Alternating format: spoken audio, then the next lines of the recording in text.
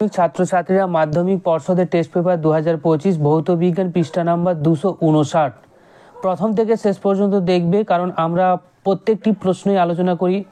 অন্যান্য ইউটিউবারের মতো অল্প কিছু প্রশ্ন, সংক্ষিপ্ত প্রশ্ন করে দিলাম, বাকিগুলো করলাম না, এরকম না। আমরা কিন্তু প্রথম থেকে শেষ পর্যন্ত করে এসেছি এবং বিগত দিনেও করব।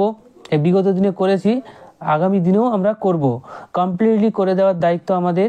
এবার তোমাদেরই বলি যে সমস্ত প্রশ্নগুলো পারলে নোট ডাউন করে ভালোভাবে লিখে নেবে। আর যদি মনে হয় যে পিডিএফটি কাছে রাখতে হবে, তাহলে অবশ্যই আমাদের পিডিএফ পেড গ্রুপে জয়েন হয়ে যাও। স্ক্রিনে দেওয়া নাম্বারে হোয়াটসঅ্যাপ করে জেনে নিও, কারণ পিডিএফটা তোমাদের কাছে থাকলে দ্রুততার সাথে তোমরা কিন্তু কমপ্লিটলি পড়ে রিভিশন করতে পারবে এবং পরীক্ষায় ভালো স্কোর করতে পারবে। ঠিক আছে, চলো শুরু করা যাক। যেমন দেখো 1 বায়োগ্যাসের মূল উপাদান হলো এখানে মিথেন। বি অপশনটি কারেক্ট হবে। ভি বনাম 1/p লেখচিত্রের প্রকৃতি কি হবে? মূল বিন্দুগামী যে সরলরেখা হবে। যদি আমরা এই সরলরেখাটাকে অঙ্কন করি তাহলে ঠিক এই রকম হবে। দেখো ভি 1/p, কথাটা বোঝার চেষ্টা করবে। এটা বয়েলের সূত্রানুসারে পি প্রপোর্শনাল 1/v হয়। ঠিক আছে, তাহলে দেখো এখানে আমরা যদি উল্টে লিখি যে ভি প্রপোর্শনাল 1/p, অর্থাৎ 1/p এর সাথে ভিটা কিন্তু প্রপোর্শনাল, তাহলে এটা কিন্তু মূল বিন্দুগামী সরলরেখা হয়ে যাবে। ক্লিয়ার? এরপর 1-3 যে সি উপাদানের প্রকৃতি ধাতুর পরিবাহিতাঙ্ক নির্ভর করে না। 4 নম্বর প্রশ্ন যে বিক্রিয়াটা অবশ্যই দেবে। বিক্রিয়া থেকে দেখতে পাচ্ছি যে যদি আমরা এখানে তোমার মিথেনের ক্ষেত্রে দেখি, 1 মোল মিথেন যে 2 যে মোল অক্সিজেনের সাথে বিক্রিয়া করে কার্বন ডাইঅক্সাইড আর জল উৎপন্ন করেছে। ঠিক আছে, তাহলে যে এখানে 1 মোল যদি বিক্রিয়া করে তাহলে 10 মোল মিথেন পোড়ালে কতটা এসটিপিতে উৎপন্ন হবে? তাহলে দেখো 1 মোলের জন্য একটু কারেকশন করে নিও। এটা 1 মোলের জন্য এখানে তোমার 48.8, ঠিক আছে, লিটার। তাহলে 10 মোলের জন্য কত হবে? এটা হয়ে যাবে তোমার 448 লিটার। ঠিক আছে, 1 মোলের জন্য এখানে অক্সিজেন উৎপন্ন হচ্ছে কত? 2 অণু। 2 অণুর এসটিপিতে আয়তন কত হবে? 2 × 22.4 অর্থাৎ 44.8 লিটার। তাহলে 1 মোলের জন্য হলো। এবার 10 মোলের জন্য কত হবে? তাহলে আমরা 10 দিয়ে গুণ করে দেব না, তাহলে এটা হয়ে যাবে 448 লিটার। তো এটা কারেকশন করে নিও। এরপর রশ্মির চ্যুতিকোণ হবে 180 ডিগ্রি। নির্দিষ্ট মাধ্যম দ্বয়ের ক্ষেত্রে বেগুনি বর্ণের আলোক রশ্মির চ্যুতি সবচেয়ে বেশি হয়। তড়িৎচালক বল এবং কার্য ও আধানের মধ্যে সম্পর্কটা হবে, ডি অপশনটি কারেক্ট হবে। আমরা জানি কৃতকার্য সমান আধান ইন্টু বিভব, অর্থাৎ আমরা বলতে পারি কিউ সমান W/V। এরপরে আসছি 1-8 অর্ধপরিবাহী রোধাঙ্ক উষ্ণতা বৃদ্ধির সাথে হ্রাস পায়। তেজস্ক্রিয় পরমাণু থেকে বিটা কণা নিঃসরণের ফলে যে উৎপন্ন পরমাণুর যে বি পারমাণবিক সংখ্যা বাড়ে।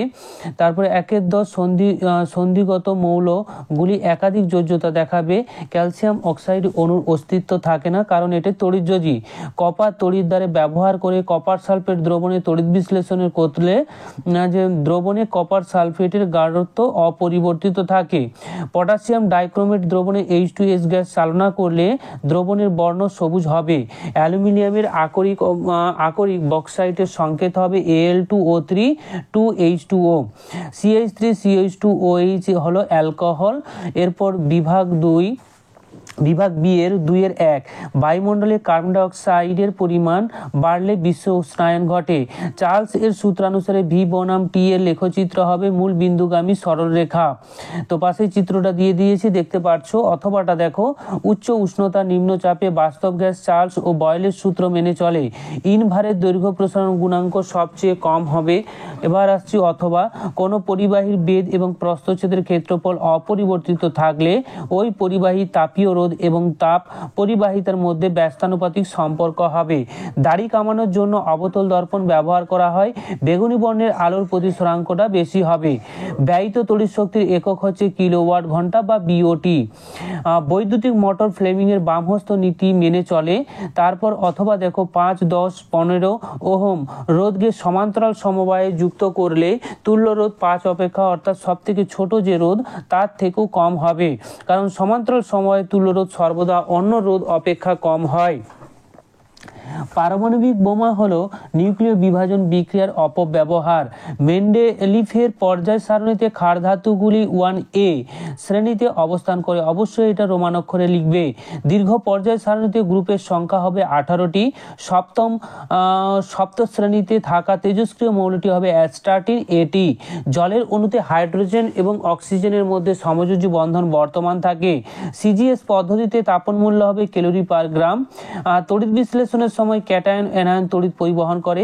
বিশুদ্ধ অ্যালুমিনা ছাড়া যে ক্রায়োলাইট এবং ফ্লুসপার মেশানো হয়। জলের তড়িৎ বিশ্লেষণে অ্যানোডে জারণ বিক্রিয়া ঘটে। ইউরিয়া উৎপাদনে অ্যামোনিয়া এবং কার্বন ডাই অক্সাইড ব্যবহার করা হয়। NaOH H2S এর সাথে বিক্রিয়া করে সোডিয়াম বাইসালফেট উৎপন্ন করে NaHS H2O। অ্যামোনিয়ার গাঢ় জলীয় দ্রবণ হলো লাইকার অ্যামোনিয়া। আর্দ্র বাতাসে ফেলে রাখা তামার ওপর সবুজ বর্ণের যে ছোপ পড়ে তা হবে বেশি কপার কার্বনেট। রিঅ্যাকশনটা দিয়ে দিলাম, রিঅ্যাকশনটা না মনে রাখলেও হবে, কিন্তু অনেক ক্ষেত্রে এটা 2 নম্বরের প্রশ্নে কিন্তু দিয়ে দেয়, তাই রিঅ্যাকশনটা অবশ্যই মনে রাখা প্রয়োজন। জিঙ্ক ধাতু কার্বন বিজারণ পদ্ধতিতে নিষ্কাশন করা যায়। এটা CH3 CH2 COOH propanoic acid হবে। 3টি কার্বন রয়েছে এবং অ্যাসিডিক গ্রুপ রয়েছে। পিভিসি মনোমার হবে ভিনাইল ক্লোরাইড। এসআই পদ্ধতিতে আর এর মান হবে 8.314 joule kelvin inverse mole inverse. এরপর আমরা চলে আসছি 3-এর 1-এর দাগে গ্যাসের আয়তনের উপর চাপের প্রভাব। এটা তোমরা যে কোনো বই থেকে পারবে, তো পারলে স্ক্রিনশট নেবে, না হলে আমাদের পিডিএফ পেড গ্রুপে সমস্তটাই কিন্তু তোমরা পেয়ে যাবে। আবারও বলছি, তোমরা পিডিএফ পেড গ্রুপে এবিটিএ এবং পর্ষদের 3টি বিষয় ভৌত বিজ্ঞান, জীবন বিজ্ঞান, গণিত, এই 3টি বিষয়ের প্রত্যেকটি সেটেরই প্রথম থেকে শেষ পর্যন্ত যা প্রশ্ন আছে সবের উত্তর কিন্তু আমরা আলাদা আলাদা সেটে করে দিচ্ছি, যেটা তোমাদের সুবিধার্থে পরীক্ষায় তোমরা যাতে ভালো স্কোর করতে পারো তাই করা হচ্ছে। মাত্র 300 টাকা। কেউ যদি মনে করো না আমি কোনো একটা নির্দিষ্ট বিষয় নেব, সেই ক্ষেত্রে 100 টাকা পেমেন্ট করতে হবে। বিস্তারিত জানার জন্য স্ক্রিনে দেওয়া নাম্বারে অবশ্যই হোয়াটসঅ্যাপ করে নিও। এরপরে দেখো অ্যাভোগাড্রো সূত্রটি বিবৃত করো, তারপরে যেটা রয়েছে একটা গাণিতিক উপনীত হওয়া যায়, এটা অবশ্যই করে নিও। এটাই কিন্তু রয়েছে তোমাদের। এরপরে 3-এর 3 এটাও পারবে। 3-এর 4 এই প্রশ্নটাও তোমরা পারবে। তারপরে 3-এর 3 অথবা লঘু থেকে ঘন মাধ্যমে আলোর প্রতিসরণের চ্যুতি রাশিমালা, তো এটাও অনেকবার হয়েছে এবিটিএতে, তোমরা এখানেও দেখো বারবার রিপিট হয়েছে। তারপর ন্যাপথালিন আর সোডিয়াম ক্লোরাইডের যে পার্থক্য গলনাঙ্ক দ্রাব্যতা দিয়ে পার্থক্যটা বলে দেবে। 3-এর 5 আয়নীয় যৌগ সমযোজী যৌগের পার্থক্য। 3-এর 6 সোডিয়াম ক্লোরাইডের জলীয় দ্রবণ তড়িৎ পরিবহন হলেও চিনি বা গ্লুকোজ জলীয় দ্রবণে তড়িৎ পরিবহন করে না কেন, তো এগুলো পারবে। থার্মিট পদ্ধতিতে ফেরিক অক্সাইড থেকে ধাতব আয়রন উৎপাদনের বিক্রিয়া সমিত সমীকরণ পদ্ধতি পারবে। ঠিক আছে, এগুলো আর বলছি না। এবার আমরা চলে যাব 4-এর 2-এর। 4-এর 2-এর যে প্রশ্নটি রয়েছে সেটা তোমরা আমরা পর্ষদের যে টেস্ট পেপারগুলো পূর্বে করে এসেছি তাতে কিন্তু রিপিট হয়েছে। ঠিক আছে, তাই এটা আর পুনরায় তোমাদের করাচ্ছি না। পূর্বের ভিডিওগুলো যদি দেখার ইচ্ছে হয় বা প্রয়োজন মনে হয় ডিসক্রিপশন বক্সে যাও, সেখানে প্লেলিস্টের লিঙ্ক আলাদা আলাদা করে দিয়েছি, সেইখান থেকে তোমরা দেখে নিতে পারবে। পড়ার ইচ্ছে থাকলে অবশ্যই ডিসক্রিপশন বক্সে যাও, গিয়ে সেইখান থেকে দেখো। আর যদি ইচ্ছে না থাকো, নানা রকমের ক্রিটিসাইজ করতে ব্যস্ত থাকো, তাহলে কমেন্ট বক্সে কমেন্ট করো, গালিগালাজ করো। অনেকে তো করছে, এই জন্য বলছি। ভালো দিকটা তো কেউ দেখতে পাচ্ছে না, সব শুধু ক্রিটিসাইজ করার জন্য ব্যস্ত। যাই হোক, তারপরে দেখো 4-এর 5-এর যে প্রশ্নটি এখানে রয়েছে, বায়ু মাধ্যমে আলোর তরঙ্গের দৈর্ঘ্য দেওয়া আছে 6000 অ্যামস্ট্রম, প্রতিসরাঙ্ক 1.5। তো অ্যামস্ট্রমটাকে আমরা মিটারে করে নেব। ঠিক আছে, প্রতিস্থানাঙ্ক 1.5 আছে, তো মিউ সমান কি হবে c/v। তাহলে v এর মানটা আমরা সহজে পেয়ে যাবো না, সহজে পেয়ে যাবো, কারণ আমরা c এর মান জানি 3 × 10⁻8 ওকে মিটার পার সেকেন্ড। আর এখানে মিউর মান দেওয়া আছে 1.5, তাহলে আমরা কত পাবো 2 × 10⁸। তাহলে ওই মাধ্যমে আলোর বেগ কত আসছে 2 × 10⁸ মিটার পার সেকেন্ড। এককটা একটু দিয়ে দিও, এখানে একটু মিস্টেক হয়ে গেছে, যাই হোক। ওই মাধ্যমে আলোর তরঙ্গ দৈর্ঘ্য কত হবে, তাহলে মিউ সমান আমরা কি বলতে পারি শূন্য মাধ্যমে তরঙ্গ দৈর্ঘ্য ডিভাইডেড বাই ওই মাধ্যমে তরঙ্গ দৈর্ঘ্য। তাহলে ওই মাধ্যমে তরঙ্গ দৈর্ঘ্য সমান কি হবে λ0/μ করলে আমাদের উত্তর চলে আসবে 4000 অ্যামস্ট্রং। এরপরে আসছি 4/7। দেখো 4/6 এটাও কিন্তু আমরা পূর্বের পর্ষদের টেস্ট পেপারের ভিডিওতেই করেছি, তোমরা ক্লাসগুলো দেখো, দেখলেই বুঝতে পারবে। 4/7 ওই বাড়িতে ব্যয়িত মোট ক্ষমতা বা মোট ওয়াট বা মোট শক্তি যেটা বলতে পারি আমরা, সেটাও নির্ণয় করতে পারি, বা ডাইরেক্টলি একসাথে আমরা করতে পারি যে ব্যয়িত তড়িৎ শক্তি প্রতিদিন যে ব্যয়িত তড়িৎ শক্তি। তাহলে সেই ক্ষেত্রে কি মনে রাখতে বলেছিলাম যে যন্ত্রের সংখ্যা, ঠিক আছে, যন্ত্রের সংখ্যা ইন্টু যন্ত্রের যে ক্ষমতা ইন্টু কতক্ষণ চলছে সে সময়টা গুণ করে দেবে। এবারে যতগুলো পাখা বলবে, যতগুলো বাতি বলবে, যতগুলো টিভি বলবে, সেই সংখ্যা গুণিত তার ক্ষমতা গুণিত কত চলছে প্রত্যেক দিন, কত ঘন্টা, সেটা গুণ করে দিলে টোটাল করে দিলে আমরা পেয়ে যাব প্রত্যেক দিনের। এবার মাসিক বলে দিলে 30 দিয়ে গুণ করে দাও, করে দিলে আমাদের প্রতি মাসে কতটা তোমার তড়িৎ শক্তি ব্যয়িত হচ্ছে সেটা পেয়ে গেলাম। সেটাকে 1000 দিয়ে ভাগ করব, ভাগ করলে কিন্তু আমাদের কি চলে আসবে বিওটিতে চলে আসবে। এবার 1 বিওটি সমান 1 ইউনিট, তাহলে কত ইউনিট সেটা আমরা পেয়ে গেলাম। এই ইউনিটকে এবারে আমরা কি করব, প্রতি ইউনিটে কত খরচা হচ্ছে সেটা দিয়ে গুণ করে দেবো, করে দিলে কিন্তু আমাদের উত্তরটা টাকাতে চলে আসবে। ক্লিয়ার?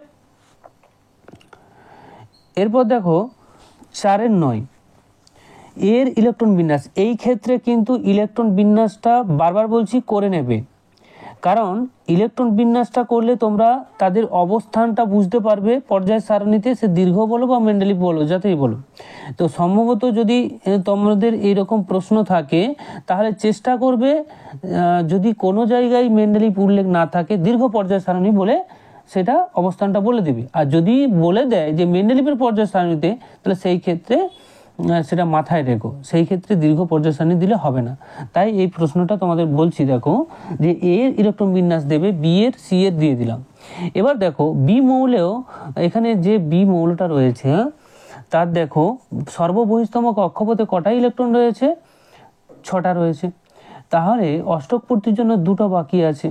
তাহলে এটাকে যদি আমরা দেখি দীর্ঘ পর্যায় সারণীতে, এটা 16 নম্বর শ্রেণীতে অবস্থান করেছে, ঠিক আছে। তাহলে এটা সব থেকে তোমার বেশি অপরা তড়িৎধর্মী বা তড়িৎ ঋণাত্মক, তাই না? এবার দেখো এ মৌলের পারমাণবিক আকার সবচেয়ে কম হবে, কারণটা কি?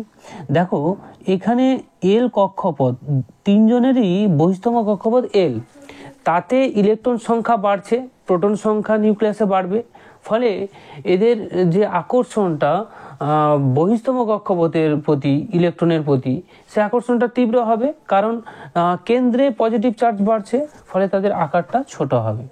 ক্লিয়ার?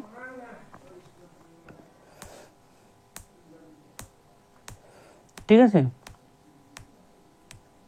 তো এখানে একটু কারেকশন করে নিতে হবে, এখানে এ হবে না, ঠিক আছে, এটা হয়ে যাবে সব থেকে ছোট, তো এটা হয়ে যাবে তোমার সি হবে।